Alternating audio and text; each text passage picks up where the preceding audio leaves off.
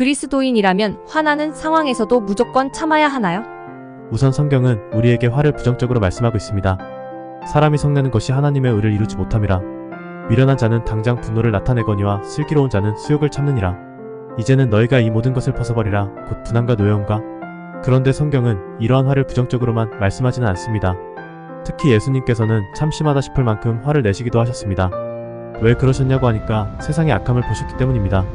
시편 7편에서는 우리 하나님께서 죄에 대하여 매일 분노하시는 하나님이라고 말씀하고 있습니다.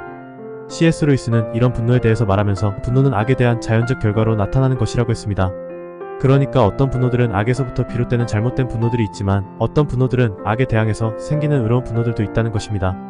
따라서 우리는 화가 나는 그 자체를 나쁘게 볼 필요는 없습니다. 어떤 분노는 악에 대한 자연적 결과로서 나타나는 분노도 있기 때문입니다. 그러나 그렇다고 해서 성경이 우리에게 그러한 분노를 무절제하게 내어도 된다고 말씀하지는 않습니다. 에베소서에서는 분을 내어도 죄를 짓지 말며 해가 지도록 분을 품지 말고라고 말씀했습니다. 우리에게 분노가 생길 수도 있지만 우리는 그 분노를 지혜롭게 표현할 수 있어야 합니다. 예를 들어서 우리는 화가 난다고 해서 폭언을 하거나 폭행을 해서는 안 될 것입니다. 또는 똑같이 되갚아 주어서도 안 될 것입니다. 그것은 분을 내어도 죄를 짓지 말며라는 말씀을 따르는 일이 아닙니다. 우리는 그런 방식이 아니더라도 충분히 우리의 감정을 이야기할 수 있을 것입니다.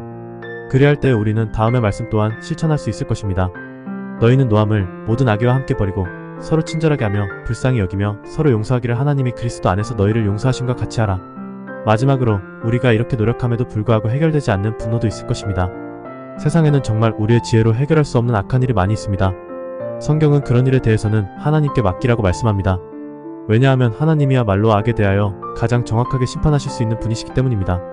그러나 원수를 친히 갚지 말고 하나님의 진노하심에 맡겨라. 하나님은 그러한 악에 대하여 세상의 다양한 수단을 통해 심판하시기도 하며 또한 마지막 날에 완전하게 심판하실 것입니다.